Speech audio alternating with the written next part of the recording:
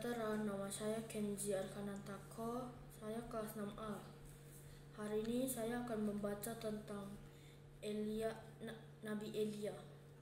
Akan dimulaikan sekarang. Elia adalah seorang nabi di kerajaan Israel Utara pada zaman pemerintahan Raja Ahazia dan Yoram. Pada sekitar abad ke-9 sebelum Masehi, Elia dalam bahasa Ibrani Eliyahu, Elia dalam bahasa Arab Ilyas, Elia dalam bahasa Inggris Elijah atau Elias. Dia merupakan salah satu nabi Israel yang paling terkenal. Elia membuatkan bahwa akan terjadi kelaparan parah yang melanda Israel, di mana hujan tidak turun selama 3,5 tahun. Khususnya dosa Ahab sebagai raja. 1 Raja-Raja 17 ayat 1. Lalu berkatalah Elia, orang Tisbe, dari Tisbe Gilead, pada Ahab, demi Tuhan yang hidup, Allah Israel, yang kulayani, sesungguhnya tidak akan ada embun atau hujan pada tahun-tahun ini, kecuali kalau kukatakan. Elia berjuang agar bangsa Israel dan Raja Ahab menyembah Tuhan, tidak kepada dewa Baal yang dibawa oleh Ratu Izebel, istri Ahab, ke Israel. Elia meminta Ahab dan rakyatnya untuk bertobat. Jika mereka tidak bertobat, Allah akan menimpakan kelaparan, tidak akan ada air, orang-orang tidak akan memiliki makanan. Raja Ahab memiliki istri bernama Izebel. Dia tidak mempercayai Allah. Dia membunuh para nabi Allah. Izebel ingin membunuh Elia. Allah memerintah Elia untuk bersembunyi dari Izebel. Elia bersembunyi di dekat sebuah mata air. Dia minum dari mata air itu. Allah mengirim burung-burung untuk membawa makanan bagi Elia. Karena tidak ada hujan, maka ia tinggal di rumah seorang janda di Sarfat yang termasuk wilayah Sidon. Waktu putra janda itu yang mati sakit, Elia menghidupkannya kembali. Setelah 3,5 tahun kekeringan dan kelaparan, Elia muncul dan meminta Ahab untuk mengumpulkan semua nabi Baal, 450 orang semuanya, untuk membuktikan siapa yang hidup, Tuhan atau Baal. Nabi-nabi Baal dan Elia masing-masing membuat mezbah dengan seekor lembu di atasnya.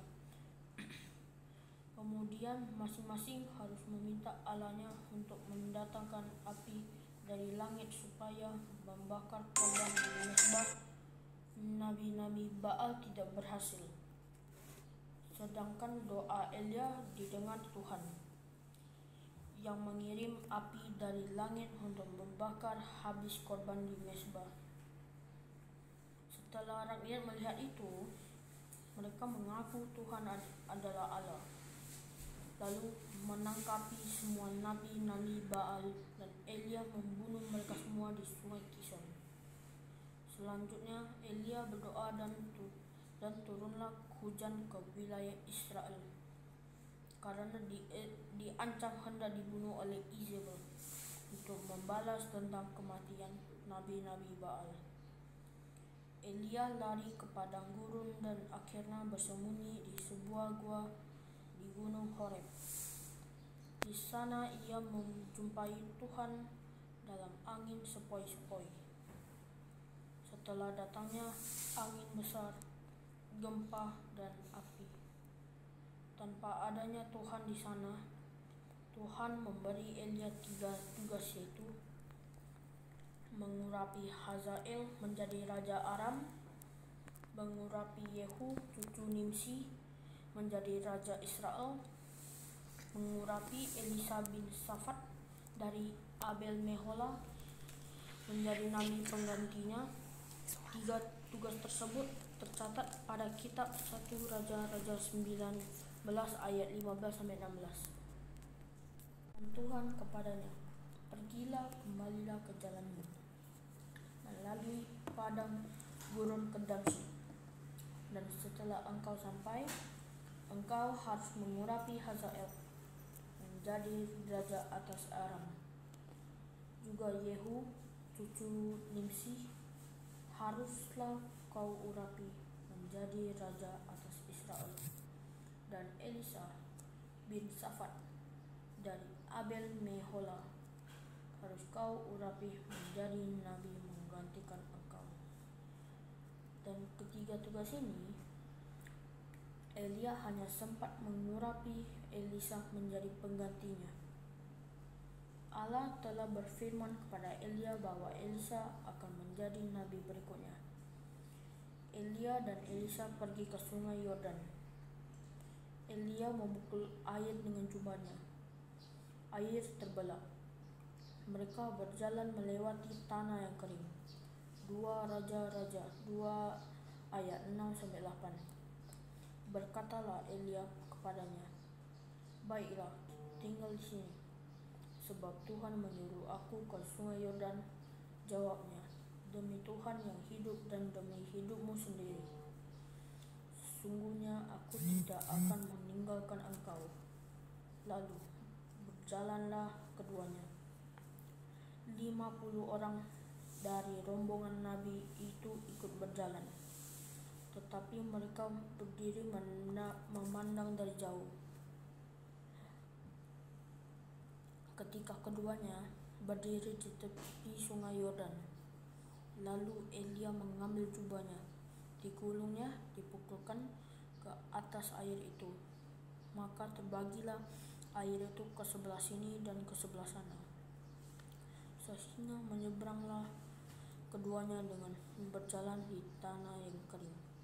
Di akhir hidupnya, ia berjalan ditemani Elisa menyeberang ke timur sungai Yordan, kemudian terangkat ke surga dengan mengendarai kereta kuda berapi dalam angin badai. Dari kisah hidup Nabi Elia, kita bisa memetik 10 teladan kesetiaan terbaik sepanjang sejarah Alkitab. 1. Elia setia menyampaikan pesan Tuhan. Sebagai nabi, Elia menghabiskan sepanjang hidupnya untuk berjalan, berbicara, dan mendorong orang-orang untuk percaya kalau Tuhan itu hidup. Bahkan seringkali dia harus menerima kecaman atas pesan yang disampaikan, tapi tetap saja dia pantang menyerah. 2. Dia mendengar perintah Tuhan dengan rendah hati. Bahkan sekalipun perintah dari Tuhan terdengar sekejam, bahkan menyakitkan, Elia tetap rendah hati untuk mendengarnya. Sekalipun dia pernah bersembunyi di sebuah gua untuk menghindari kejaran musuh, dia tetap taat kepada Tuhan. 3. Elia jadi saksi pemeliharaan Tuhan. Karena imannya, Elia benar-benar sepenuhnya percaya akan pemeliharaan Tuhan. Bahkan dia dipakai untuk menunjukkan kuasa Tuhan benar-benar nyata bagi hidup orang lain. Apapun yang Tuhan suruh lakukan, Elia akan patuh untuk melakukannya. 4. Elia tunduk pada kuasa Tuhan. Elia belajar dalam hidupnya bahwa Tuhan yang dia sembah adalah Tuhan yang berkuasa. Dia melihat bahwa apapun bisa dilakukan dengan mudah. Iman inilah yang membuatnya mau tunduk sepenuhnya kepada apa yang akan Tuhan lakukan dalam hidupnya. Elia adalah salah satu orang yang dicatat di Alkitab mengalami campur tangan Tuhan dengan nyata dan indah. 5. Elia berkomunikasi dengan doa. Elia memberi teladan tentang doa yang tak jemu-jemu. Dia berdiri sebagai nabi yang juga mendorong setiap orang berdoa dan menjadi penjuang iman. Karena dengan doalah Elia mengajarkan setiap orang bisa dengar Tuhan dengan jelas. 6. Elia mengajarkan bahwa iman mampu lakukan mukjizat. Sebelum Yesus, mukjizat-mukjizat yang paling dahsyat terjadi di Alkitab dilakukan oleh Elia. Tuhan memakai imannya yang besar untuk membuat sesuatu yang mustahil menjadi mungkin. 7. Elia diteladani karena keberaniannya. Ketaatannya untuk menyampaikan perintah Tuhan membuat Nabi Elia harus menghadapi ancaman paling mematikan. Salah satunya adalah dia jadi buronan dari Ratu Izebel yang sangat kejam di masa itu. 8. Elia adalah seorang pemimpin teladan. Elia tahu bahwa panggilannya sebagai nabi harus terus berlanjut ketika dia tak lagi ada di dunia. Karena itulah dia mendelegasikan apa yang dia punya kepada penerusnya, yaitu Elisa. Hal ini menunjukkan kepemimpinan seorang Elia yang patut ditiru. 9. Tuhan memperhitungkan kesetiaan Elia. Peristiwa di mana Elia dan Musa tampak duduk bersebelahan jadi bukti bahwa Elia jadi salah satu nabi utusan Tuhan. Jika Musa melambangkan hukum, Elia mewakili para nabi untuk menggenapi pemulihan atas segala sesuatu. Dan Yesus mewakili janji keselamatan kekal bagi dunia. 10. Elia mendapat bagiannya di surga. Alkitab mencatat bahwa Elia mengalami pengangkatan langsung ke surga. Elisa, penerusnya, menyaksikan kejadian itu dengan mata telanjang. Terima kasih.